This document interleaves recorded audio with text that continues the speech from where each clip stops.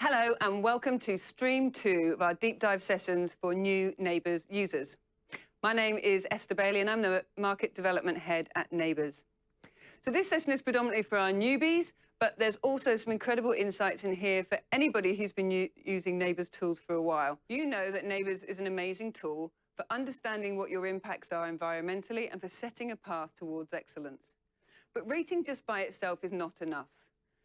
Change happens when passionate and committed individuals inside of organizations set out to do things a little bit differently and a little bit better.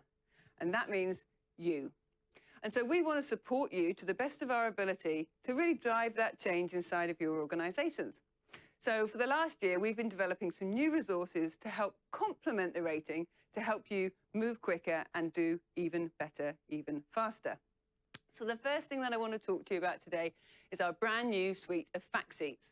We've got a whole set of them on the website, and they take you through what is NABERS, why should I use it, how does it work, what's included. All of those questions that come up when you're trying to sell NABERS into your organization and explain it easily to others who may not be so familiar with our product suite. So check those out, and we hope that they help you. Please give us some feedback and let us know how you go with them. We also want to support you after you rate. So there's a whole new section on our website which is dedicated to exactly that, where we step out how you can use your rating, how you can use it to communicate your successes, how to embed it into your sustainability strategy and targets, and importantly, how you can use it to access funding and other incentives. In the coming year, we'll be adding to this section of the website as we continue to work on new ways to use your NABERS rating to accelerate action inside of your organization. So we're working with a number of white certificate schemes on enhancing your access to upgrade finance, and with bond issuers and assurers so that you can use your NABERS rating to attract the sustainable investment that you need. And we also understand that these upgrades require you to access other kinds of sustainable finance.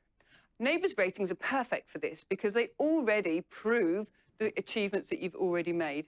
So we are working with green bonds issuers and assurers so that you can more easily use your NABERS rating to evidence your excellence and to attract sustainable investment. So watch that space with more from us in the coming year.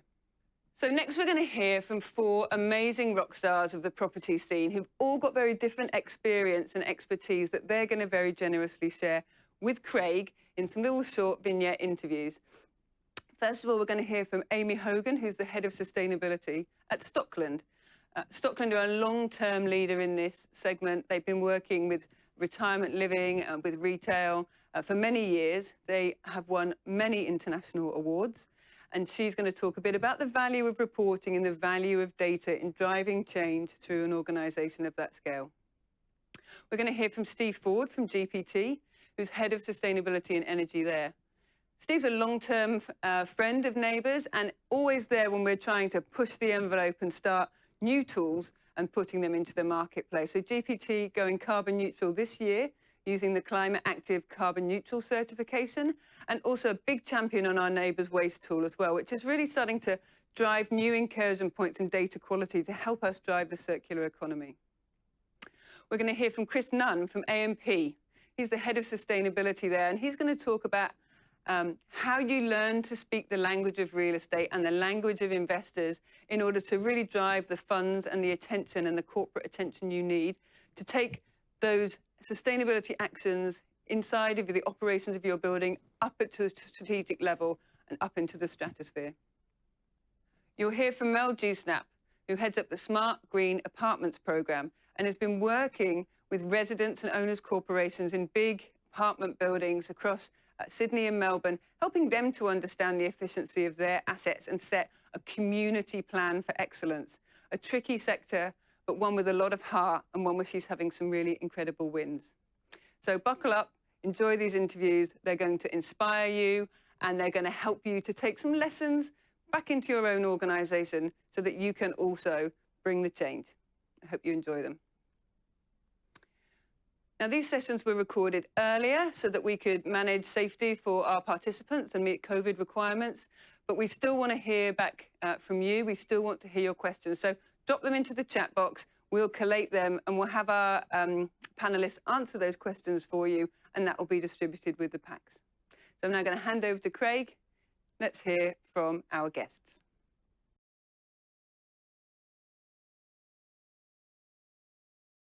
My first guest today is Amy Hogan. Amy, thanks for coming along. Thank you, Craig. So Amy is the Head of Sustainability at Stockland, and Stockland has been involved in the sustainability space for a long time. So I'm sure others who are just getting to this new space and, becoming involved with NABERS, for instance, would be interested in your kind of experience in that area. How's it been? Look, we're very fortunate. Stockland has been around since 1952. Our vision has not just been about maximising profits and growth for our stakeholders, but it's been about how do we make a meaningful contribution to the communities within which we operate. So sustainability is at the heart of what we do. At our very essence, we're a community creator. We design, develop and operate places where people live, work and play. So it's really important for us to have thriving communities within our asset sort of regions. I think back in 2006 is when we had our very first board corporate responsibility and sustainability committee, which kind of meant that at that point in time, sustainability was being profiled at the very highest levels of the organisation. And did that make a big difference once you've got that kind of board interacting with it and it's, it becomes a KPI, it becomes something that's been measured? Yeah. Did that change things? Yeah, look, absolutely. I mean, I think once we have board interest and board commitment to delivering on our strategy, which was also established in 2006, we have KPIs, which then go across all organisational employees. We have sustainability action plans and toolkits. And then we have accountability to actually deliver some outcomes. Yeah. So that's really, really important. So where does NABERS fit in with that? Because, of course, they're assessing, I guess it gives you a number to start with that you can actually interact with. Yeah, look, I think NABERS, has truly been probably the most effective sustainability program that has shifted how landlords and tenants view building performance and operational efficiency. NABERS is about, an efficiently operating building, and so having a NABERS rating allows you to measure your performance. You can manage that performance over time. You can track how you're performing, and you can set targets and report on those. And so what it means is you end up having a building or a portfolio of assets that are benefiting financially from reduced operating costs.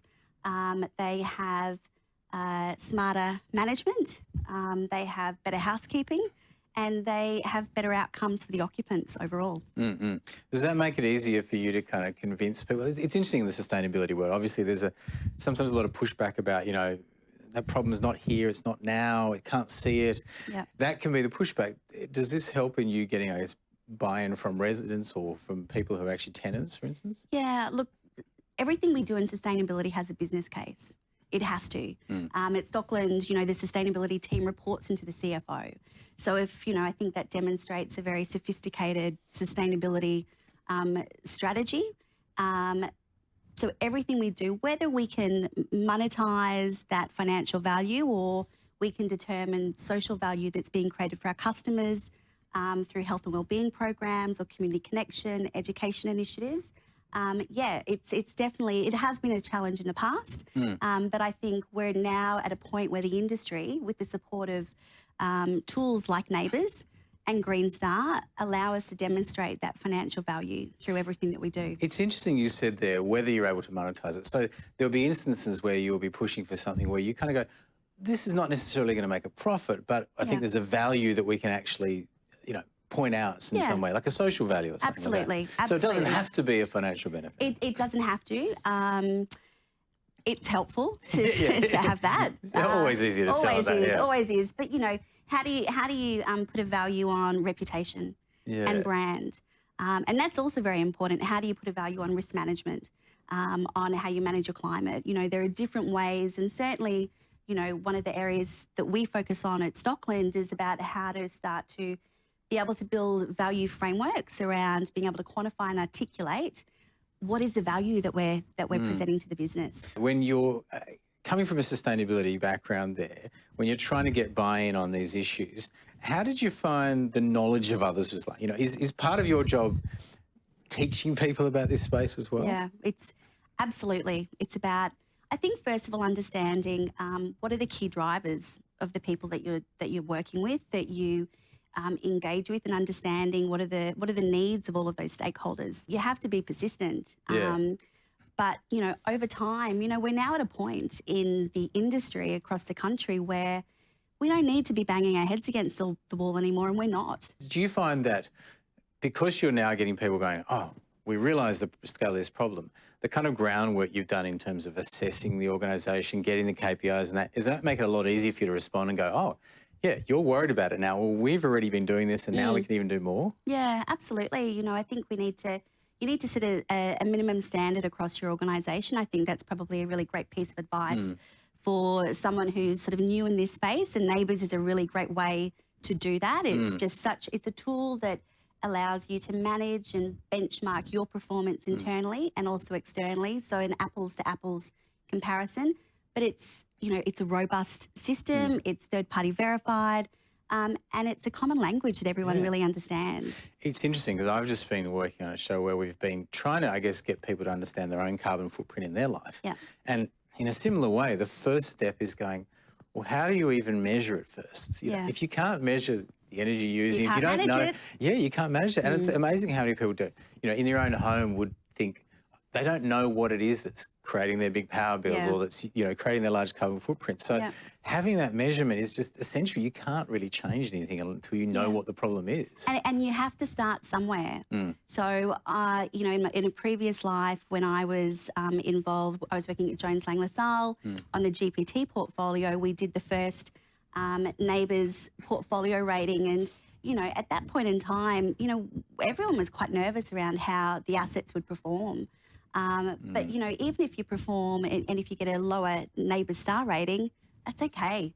You've got to start somewhere. Well, that's the interesting thing, because I know that when the star ratings were brought in for foods, for instance, most people that thought they weren't going to do well just didn't bother assessing it. And is that hard to get people to go, look, it's fine for our first assessment to not be great. That's the whole point. We want to learn from it. Absolutely, and it's those assets that have the lower star ratings that can get the biggest gains. That's where money talks. If you go from a 0-star rating to 3 stars, you are hitting the bottom line of your organisation, and the operating savings that your executive will see, just makes it all worthwhile. It's good to hear that, because sometimes I think in the sustainability space you can have the people who are already kind of at the top are the ones that are trying to do even more, and you go, look, we can get so many more gains and benefits if we go down to those that haven't started the kind of battle, who are really down the bottom. So that's interesting. So I know that NABERS now also has a waste rating as well, and it was when you were first engaging with that, were you surprised by the results you were getting back there? Yeah, look, NABERS is a great tool in the sense that it has a lot of different areas that it covers, so energy, water, waste, indoor environment. There are a number of the tools, waste in particular, which, is a challenge. And it's a challenge to perform well in. I know. Which I'm sure you know. It's amazing how often you go, I can find the problem, but finding a solution can be really hard. That's right. And it's often finding the solution can be quite expensive. Particularly, water is a really good example where water is just such a cheap utility. To actually invest in significant changes that will reduce your water footprint can be quite expensive and often require partnerships within industry and beyond with government to actually make those savings. Just finally, you talked about, I guess, a time, probably before your current job, where you have at times had a lot of pushback against you. What would you say to people who might be in an organisation that's really just starting out and they're getting that pushback? How do they keep it up? How do they keep up the energy? How do they get that change? My advice would be to let people know that they have friends. The industry is incredibly sophisticated now in this space. We have a lot of experience and we're incredibly collaborative. We're quite a competitive bunch of people, but we do like to work together to achieve a greater good. And so if anyone's struggling, if they needed guidance, they want a sounding board, they need someone's shoulder to cry on, or someone to help celebrate their successes, all they have to do is pick up a phone, and there will be lots of people, including myself, who will be more than happy to provide some advice. There you go. Well, we'll send Amy's phone number to everyone. Thank you so much, Amy. Thank you for joining us. And next up, we have Steve Ford from GPT.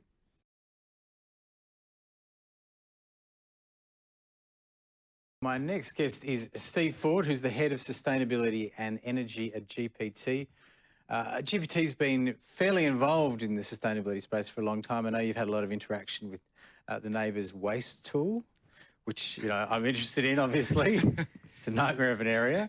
But also, you've been very active on climate action as well. So, what's your main focus at the moment? Yeah, so this year GPT's focusing on our carbon neutral goals. We'll be taking our wholesale office fund to carbon neutrality in 2020. So it's quite a bold target, but we're well and truly on track. It's great. So, and how are you doing that? How close are you? Last year we did some pilots for our carbon neutral certification with the NABERS office. This year we're actually rolling it out across 20 offices. So just got one across the line. It was a little bit difficult with the COVID restrictions, but I think we've got a pretty clear run till the end of the year to rate the entire portfolio and get the carbon neutral certification. That's amazing. I mean, it's great to see an organisation doing this, because obviously the troubles you face lead to the answers of the future. What's been the hardest part about it? Look, I think with every journey, you've got to start somewhere, and getting people to join you on the journey is that difficult thing at first. But once you've got buy-in from your senior management, then it's really about finding solutions. And actually finding solutions is the easiest thing. So, well, there's a lot of sustainability people watching this. How do you get buy-in from senior management? So to get buy-in from senior management, you do need to start from the beginning. Don't think that they're going to have the same background or same interest that you may have yourself in this. And take them on the journey. Get them to understand a little bit about the big picture, why it's important to go to carbon neutrality or whatever your other objectives are. Give them the information they need to start learning a little bit more themselves, and have those coffee conversations in the tea rooms, and really facilitate the learning of the senior management. And how have you described carbon neutrality in terms of value to the business? Have you had to pitch it at a sustainability, environmental, ESG level, or have you had to also pitch it at a kind of forward profit, level? Yeah. To go to carbon neutral and get people on side, you do need to pitch it to the business. And there's both the doing the right thing element, and there's the it's really good for the business element as well. So at GPT last year, we saved about $30 million in energy bills compared to our baseline performance. So $30 million in savings is actually good for any company. Yeah. And on the other side of the equation, actually doing the right thing, a lot of our investors particularly care now. Yeah. So we've got investors from all over the world, and they've got the option to invest in property companies or any companies, and they look for differentiators. And one of those differentiators is those companies they can be proud to be part of. That is still also profitable. Yeah. So we tick both. You tick both boxes. It's interesting because obviously energy efficiency is that first big part, and I've been looking at carbon footprint, so I'm fascinated how you've done it. That's that first part, and you get that massive saving, of course, $30 million. $30 million. So that's the first part. You then get the kind of remnant energy there. Now, are you shifting that to kind of green energy? Are you shifting it to renewable energy? How do you then get that, to get it to kind of carbon neutral? What's the next part of that? And is that a cost, or have you managed to find a way to do that that's actually cost beneficial? Yeah. Look, I think overall you have to look at these things, whether they're a cost or a savings, it's part of the big picture. So the same capacity that we built to save $30 million a year is driven by the principles that also tell us we should be buying renewables to achieve carbon neutral. So yes, we are buying renewable electricity as part of our carbon neutral plan. So obviously it's easy. The first part, energy efficiency, leads to these big savings, and it's easy to do that part. Or it's not easy, but that's easy to sell that part in. Yeah. When you get to the kind of remnant electricity use that you can't get rid of, what are you doing there? Are you getting green energy? Are you getting a kind of partnership to get renewable energy? What's the next step there? Yeah. So certainly you're right. Getting energy efficiencies is easy to sell. We're going to save money, guys. A small investment, big return for the long term.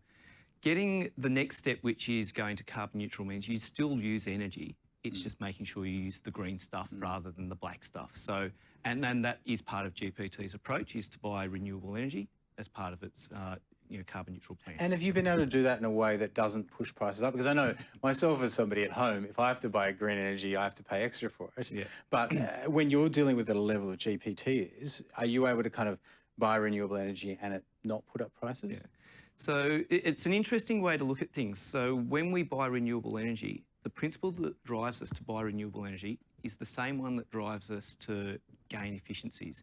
It's the same one that actually gives me a team of highly capable people that when we buy energy, we actually buy it in a market that we can get a cheaper price. So you'll actually find that that capacity building and those principles that drive the capacity to gain efficiencies, get better contract pricing, means that the premium of getting a renewable over a non-renewable, or retiring LGCs is what you're actually doing in Australia, is so minuscule that compared to the $30 million savings we make in energy a year, the multi-million-dollar savings in contract procurement compared to benchmarks, renewables were readily acceptable. Yeah. So it's interesting you mentioned benchmarks there, of course. To what extent, how long have you been working with NABERS and getting those benchmarks? Is how many different benchmarks are you trying to get? Yeah. Look, at GPT, we do benchmark a lot, and we have a very collaborative industry in the built environment where we benchmark each other to help drive the industry. So we will benchmark through NABERS. It's a really great level playing field for building performance. But we have overarching indices like the Global Real Estate Sustainability Benchmark, Dow Jones Sustainability Index, or in our case, whenever we acquire a new building, we will go through and benchmark every single cost in that building, every single performance element against our standard portfolio. Because we know when we acquire buildings, we have capacity to improve things straight away, and that's bottom line profit. Now, I think you guys are actually the first to assess a building based on the NABERS waste platform. Was that frightening at first to see the results of that? Yeah, look, nothing's really frightening until you're in the middle of it, and then you're so far into it, you've got no choice. So I like to take the approach of, the swimming out to sea, swim further than you think you can to get back, because you're always going to get back. And doing the first NABERS waste rating was challenging, for us and NABERS. They had a new platform, we had new processes, we had people we had to train that thought they knew more than the people that wrote the protocols. But we worked really closely with NABERS office and we got there. And we now rate our entire office portfolio with NABERS waste. Yeah, and is that starting to lead to change within that waste? Yeah, look, one of the great things about it is it gives us a level playing field for understanding performance, not just against our building versus another one of our buildings, or one building versus its performance the next year and the year after, but in an industry. And that's really important because particularly in waste, as you know a little bit about, people make up all sorts of ways of making themselves look good or not look so bad. And having the NABERS protocols out there for waste means that, look, here is a way that we're all going to be evenly assessed on performance for this one. I think that's essential, isn't it? Essential. So just a question, obviously you've been in the sustainability space for a long time. What would be, obviously, you've obviously got at the moment a lot of buy-in at GPT for sustainability. Obviously, it's not necessarily always like that. I mean, what would your advice be for people starting out in sustainability? Yeah. Look, it's a little bit like growing a tree, and I know that's going to sound a little bit tacky, but you have to start somewhere. And, when's the best time to plant a tree? That question, 20 years ago, really. But in lieu of not planting that tree 20 years ago, start now, because you will be really glad you did in 20 years from now. So it is a long journey. You do have to make iterative steps, but every step you make actually, builds the platform for your next step. And we've had now 16, 17 years of continuous improvement in all of our performance parameters. So 16 years of continuous improvement means things like $30 million worth of savings in energy bills. Do you think, I mean, given that kind of level of success from organisations that are doing this correctly, do you think there are many organisations that are still pushing back from this, or are they just late to the party? There's some that are late to the party. There's some that are definitely pushing back. But ultimately, if you can get those few leaders on board within your organisation, you will overcome those ones that push back. And there's, in every business, there's competition for capital. Even in GPT, where we've been doing this for 16 years, we still have to justify every new investment we've made. But the great thing for people that are doing this new is there's a whole lot of people that have gone before you. So basically steal all of the good ideas that everyone else has had, look at all of their failures and learn from those, because believe me, we've had plenty of failures as well along the way. And you'll find those that start now will be able to move forward at a faster rate than anyone else has been able to in the past. Well, Steve, people will no doubt be stealing your ideas of how to get to carbon neutral. It's fantastic you've gone down that route. I can't wait to see the results. Please thank Steve. And next up, we have Chris Nunn from AMP Capital.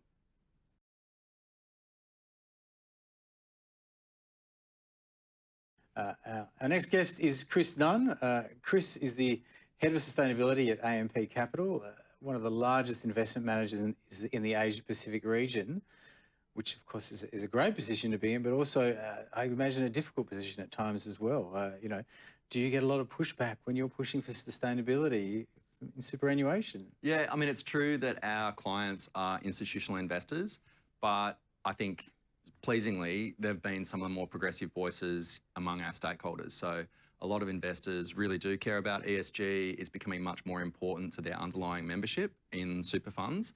So they want to be seen to be green, and they want us as the managers of their money to be able to prove that and demonstrate it. So I've found our investors to be really receptive to our ESG, environment, social governance strategy and initiatives. So that's becoming more common. I mean, you know, responsible investing seems to be kind of growing at the moment. Are you feeling that? Are you? Yeah, certainly. Even among all the core institutional investors, they all have ESG managers. They're analysing us on our performance, benchmarking against our peers, using rating tools like NABERS and GRES, the Global Real Estate Sustainability Benchmark, to understand if they're making a wise ESG choice in going with us versus one of our competitors. So they're definitely benchmarking us on those factors, as well as sending us bespoke ESG questionnaires that they're coming up with themselves. So I think that the stats were perhaps in 2016, I think there were 2. In 2017, we had perhaps 5. 2018, there were about 30, and 2019, we had about 60. So the volume of interest coming from our investors is increasing all the time. It's really interesting. Yeah. Well, take me back to when you kind of started first and the organisation started looking at sustainability for its buildings. You know, what was those first steps like? What were the baby steps like? What was the pushback? Yeah, I joined AMP Capital Real Estate in 2015. And there were 2 outgoing sustainability managers, one at a senior level and one at an operational level. And those 2 positions were made vacant and were filled by myself and my counterpart, Darren Teo, at AMP Capital Real Estate. And it was 2 for a portfolio of $28 billion of institutional real estate, over 100 assets, offices, industrial shopping centres. We're vertically integrated, so we do the funds management side, speak directly to the investors, fund managers, investment managers, but we also do the operations. So we have an in-house property management, operations and facility management team. So it was 2 of us trying to go top to bottom, tell the story to the investor, speak to the person on the ground, make it happen. And we were pretty thinly spread. Where was the hardest part of that, actually? I'm interested in from the kind of investors down to the people kind of running it. Where was the kind of biggest pushback? Oh, I think there's challenges at every layer. Like, I think we were always telling a strong story to our investors. We had a coherent framework strategy using benchmarking tools like NABERS and Green Star, and you know, they're all fairly standard among our industry. Getting the traction, I think, at the property manager operational level sometimes is a challenge. You know, they're incredibly busy people, you know, running a building, dealing with tenants. It's just a matter of getting enough attention to them, right? Like getting enough of their bandwidth to focus on sustainability and say, look, we really have to do this, and this is what we want you to do this year and this next year. And so what we did was we put in place what we call asset ESG plans, which is a document. We sit down with the property manager, the operations manager every year and say, well in advance of their budget setting and the year ahead, so typically 6 months before they have to do it, we write this plan up and say, okay, on energy, waste, water, social sustainability, the reconciliation action plan, supply chain, all of our different sort of themes in our sustainability strategy, what are the things that you are going to do at this asset? And on that metric, how are you performing? How are you benchmarked using NABERS, say, in the energy space against comparable buildings that a tenant might be looking at? If it's not one of our office buildings, okay, well, for this office building, if you're a tenant leasing space in this office building, what are 5 other buildings that a tenant might be looking at? and Yeah, what are their excellent. neighbours' ratings? So are we in the ballpark here, or how we compare? So benchmarking and you know, showing people the numbers through tools like NABERS has always been really important in getting their attention. And I guess that is it makes it easier to communicate with people who may not be as across the kind of this topic area, may not be as aware of certain issues, but if you can boil it down to that, they can kind of get on board. That's it. So we've kind of, for every one of our 100 assets, we've got this checklist, the asset ESG plan, and it says, what have you achieved? You know, recording the success stories, what are your plans for this year, and what are we planning for next year's, and then sort of into the 10-year CapEx planning cycle. And as that process has happened over years, have you seen the kind of knowledge and understanding grow? Definitely, absolutely. I think, you know, there's always been pockets of excellence and laggards even within our own portfolio for whatever reason. Maybe it's just not the dominant priority, the dominant strategy of that asset. But I think in general, the awareness level about energy, water, waste in particular, and then growing around the sort of newer topics like biodiversity and modern slavery in supply chains and reconciliation action plan are the sort of newer, more social oriented areas for us. So still growing. I think it's never ending, but I think the base level of education now is very good among the operations and facility managers. And when you were starting this out and you're pushing for this change, did you have a budget for it, or were you expected to do all of this and make a profit out of it as well? Certainly, there's always been an expectation that we deliver paybacks. Yep. So I think that's shifting in that in the way we talk about sustainability, we've become more educated as sustainability professionals about talking the language of real estate. What do our investors want? What do our customers want? How does that ultimately drive asset performance, financial performance of this building? Well, it makes it a nicer place to be for the tenant, and they might want to pay more rent, and there'll be less vacancy time. That leads to a longer WALE, a weighted average lease expiry. So you get into the terminology of real estate people, and that process of linking your sustainability objectives to the fundamentals of real estate, rent, vacancy, asset valuations, that's been something that we've got better at, and I think has helped us speak our clients, our stakeholders' language.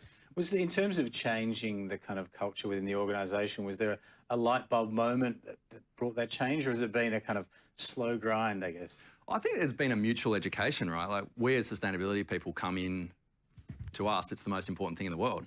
To them, it's on a long list of other things they have to think about. So we need to educate ourselves about what those other priorities for that person are and how our agenda fits into it. And likewise, we need to take them on a journey to educate them about what we are passionate about, sustainability. So I think there's that mutual growth and learning and tailoring your messaging so that you can actually get your business case across and talk to some of those more intangibles. Like, don't just get boxed into pure payback. Those intangibles are what actually makes the difference in terms of saying yes, I think, to a business case. In terms of your successes in this role, what are you most proud of? Probably what's yet to come. You know, I think we've achieved a lot, and I think we've done a good job, but I'm most proud of the last year in 2019, we instituted a 10-year sustainability plan, which is very ambitious. So committing us to be zero net carbon, to, you know, really tackle waste in a meaningful way and eliminate single-use plastic from our shopping centres, to create a biodiversity conservation reserve, which is equivalent in area to our entire real estate portfolio, to get really good at accessibility, physical accessibility in our shopping centres, for instance, for people with dementia or any form of special need, to do better on our RAP and social sustainability, and to really get good at modern slavery and supply chain sustainability. So for me, that's what's exciting, is looking ahead to our 2030 outcomes. Those next 10 years are what really excites me, and I'm proud to have got that strategy in place. Yeah. You know, like, how did you sell the biodiversity conservation zone, is it? Well, there's some precedent internationally and domestically for having done this, and there's also precedent within one of the sort of globally significant rating tools, the Living Futures Institute Living Building Challenge, and there's something called a biodiversity credit, which says, well, if you want to get certified to this standard, you have to invest in a conservation reserve equal in size to your footprint. And that was something that I always really liked the idea of. Yeah. And so for us, biodiversity in Australia is one of the sort of forgotten sustainability issues. It's a massive crisis. We're a biodiversity hotspot. So I really wanted to do something about that. And I think it's something that will resonate with our customers and tenants. So we are taking a bit of a leadership position. No one's done this before in the real estate sector. So Yeah, it was an interesting sell, but it was packaged up in the context of the broader sustainability strategy and lifting our vision. And it's one of those distinguishing attributes of our sustainability strategy that that we think will really resonate with investors and customers. I hope it goes well. I always Yeah. like seeing people try new things that haven't been done before, so Sure. good luck with it. Thank you. Thank you very much, Chris. And next up we have Melinda Dewsnap from City of Sydney.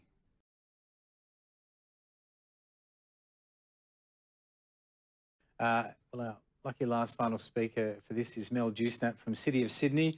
Mel is dealing with residential apartments sustainability in the City of Sydney, looking after the Smart Green Apartments program.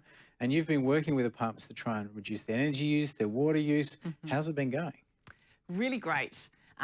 We've got, 80% of our residents live in apartment buildings. So, and this is becoming the main lifestyle choice for people across Greater Sydney and across Australian cities. So, and there's huge opportunities when it comes to reducing energy use in apartment buildings, reducing water, and also improving waste management. So we've been working with really driven and passionate people in this sector to make great changes over the last 10 years. And how much are they able to reduce their footprint overall? What's Yeah. the kind of leading buildings, how much difference do Yeah. they make? Because obviously residential is very different to commercial. And kind of every little apartment is its own energy bill, plus, the spaces in between, the common spaces. What kind of reductions are you seeing? Yeah. Well, we're seeing capacity for a 30% reduction in emissions and water. And that's, on average across around 170 buildings that we've worked with. And, not many people buy, a $500,000 apartment and think, great, I now collectively own a multi-million-dollar asset with 400 other people.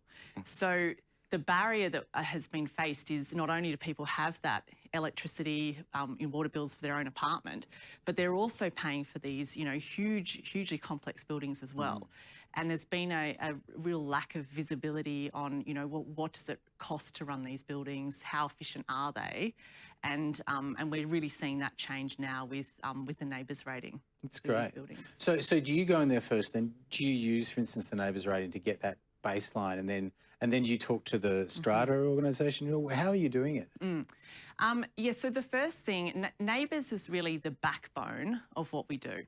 So NABERS is great because it provides that a benchmark and a starting point, and it gives owners the ability to say, well, how is this building performing any differently to the building next door? And it also allows them to then track improvement over time and have a simple way of communicating that to future owners and renters. So we've been using NABERS as the core of a broader sustainability assessment and providing costed action plans to owners' corporations. So everyone who owns an apartment is automatically part of this owners' corporation, and they are collectively responsible for the whole building, for common property. So if we provide, work with the NABERS team, provide that NABERS rating, coupled with a costed action plan, which shows, what would be the star rating improvement against different proposed retrofits and upgrades, it enables an owner's corporation to really plan out a trajectory of work and of upgrades over the next 10 years or so, which legally they have to do through their capital works plan, and also communicate, how efficient, how smartly they're running the building to other owners. Does that make it a lot harder for people to push back against it when you've got that kind of data there? And particularly if you've got a cost plan, because I imagine that's actually the hardest thing for a separate owners corporation to come up with on their own, in a sense. Yeah. Well, absolutely. And apartment buildings are increasingly complex. And in Australian cities, we have what we call layered precincts, where we'll have multiple owners corporations, and there's governance structures across. There's owners corporations and governance structures across those buildings as well. And they're all collectively making decisions to improve that precinct. So it's very difficult for, someone who goes and buys an apartment. They're not necessarily a mechanical engineer. They don't know, they don't have much of an understanding of how these buildings work. So NABERS gives a benchmark, gives a simple star rating, and then we provide that costed action plan as well. And we've seen terrific improvements. And do you see much of a pushback? Like where does the pushback tend to come from? When we communicate with with the strata owners, with the building manager and strata manager, if a building has one, On the whole, we've seen real support for this because the gap has been in the visibility of performance. So no one has any idea usually, well, how much are we paying to run this building? And the utility costs are wrapped up in the quarterly levies. There's not a lot of visibility. They're just paid and they're continuing to increase. So when the different strata stakeholders have seen the success of NABERS, this nationally consistent, rigorous tool that's been rolled out and, in commercial office environment for, say, 20 years, they've seen the success it's achieved, the cost savings that come with it, and they see the value in that information. So there hasn't been a lot of pushback. It's more just we've had a sector that hasn't been well understood and had a huge information gap. Therefore, there has been inertia and a real lack of action. And this has also come from, there's been a policy void in this space as well, because Australian governments don't, we haven't had a great understanding of residential, high-density residential. Everything has either been tailored for houses or for the business side.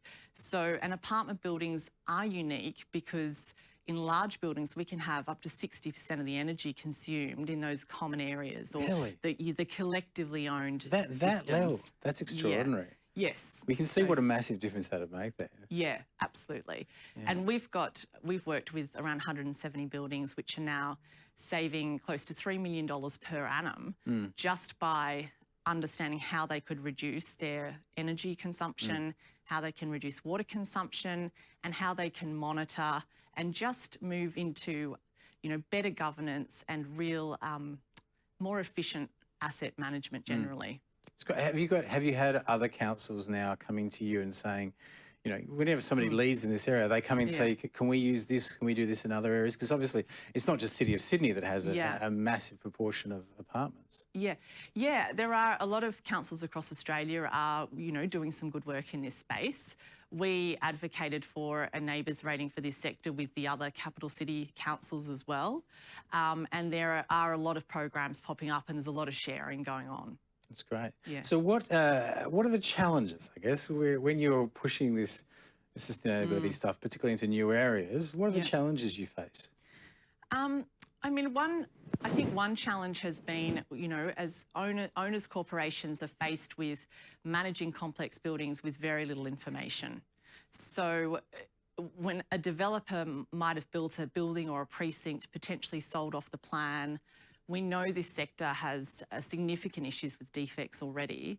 So in terms of that, that built as promised or that, the performance or the operational performance reflecting what has been built, we have a gap there. So owners corporations, by the time the developer is handed over and the owners corporation has been officially established, from the get-go, they can be facing significant challenges in, due to the quality of the building, due to the operational performance, and so funds having that cash flow available to be able to, fairly early on take on efficiency retrofits is definitely a challenge. It's interesting that you talk about a new building here being built, and you talk about the benefit of doing a retrofit with more efficient stuff.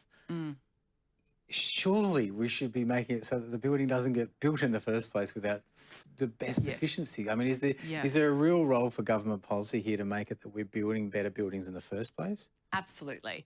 And I think the benefit of NABERS is it actually provides that information and the visibility of, well, how is this building actually operating? Because we know we have buildings that might have some really great green features, sustainability features that are marketed strongly at point of sale, and that does not necessarily translate to good environmental performance. It's interesting that, isn't it? You really should say, well, we're building this, it's going to be a sustainable building. We're going to say it's going to have 5-star NABERS, and if we don't meet that, we'll fix it. Yeah, and I think NABERS is giving us the data now to actually have more information to better inform public policy and what building standards should look like going forward. And in the city, we have had some buildings that have had a lower NABERS rating, for example, because whilst they might have some really great sustainability features and efficiency in design within apartments, they've got fully air-conditioned foyers. And when owners, see the figures and they see what they're paying for this, most of them say, well, no one's ever in the foyer. Yeah. So, and I think, you know, now that we've got this information, it feeds back, well, how do we do that better? We don't need to be air conditioning foyers in our apartment buildings. So how do we challenge ourselves to do it better? It's that whole challenge, isn't it? You've got to find out where the problem's coming from first before you can solve it. Absolutely. Thank you so much, Mel Dewsnap, for joining us. Thank you to all of my wonderful guests in this stream. Learnt a great deal today. I think it's great. A lot of lessons to take away from that. We're all in this together was one of the great messages, that if you're struggling with something, get in touch with other people that may have been down that path already. This is a group of people who really want to make change and want to help each other out. So that's one thing to do. Be persistent. Keep pushing away there. Harness your champions. Find those champions that you can work with. And I think one of the interesting things that came from today was the idea of telling a story over a long period of time, telling people where we're going to go, getting them in and getting that kind of buy-in so people are really enthused by the story, not just about what you're doing tomorrow, but what you're doing in 10 years as well. But I must say that the biggest takeaway for me for this period was that when asking people about the challenges, the general response was there are far less challenges than there used to be.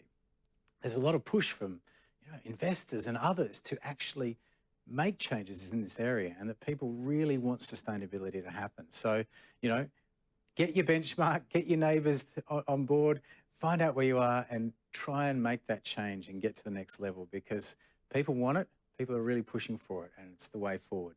Just also, we had a lot of questions come through today, and the team will actually be pulling those together and trying to answer some of those. So if you put a question in there, look it up in the conference wrap-up pack, and hopefully your answer will be there.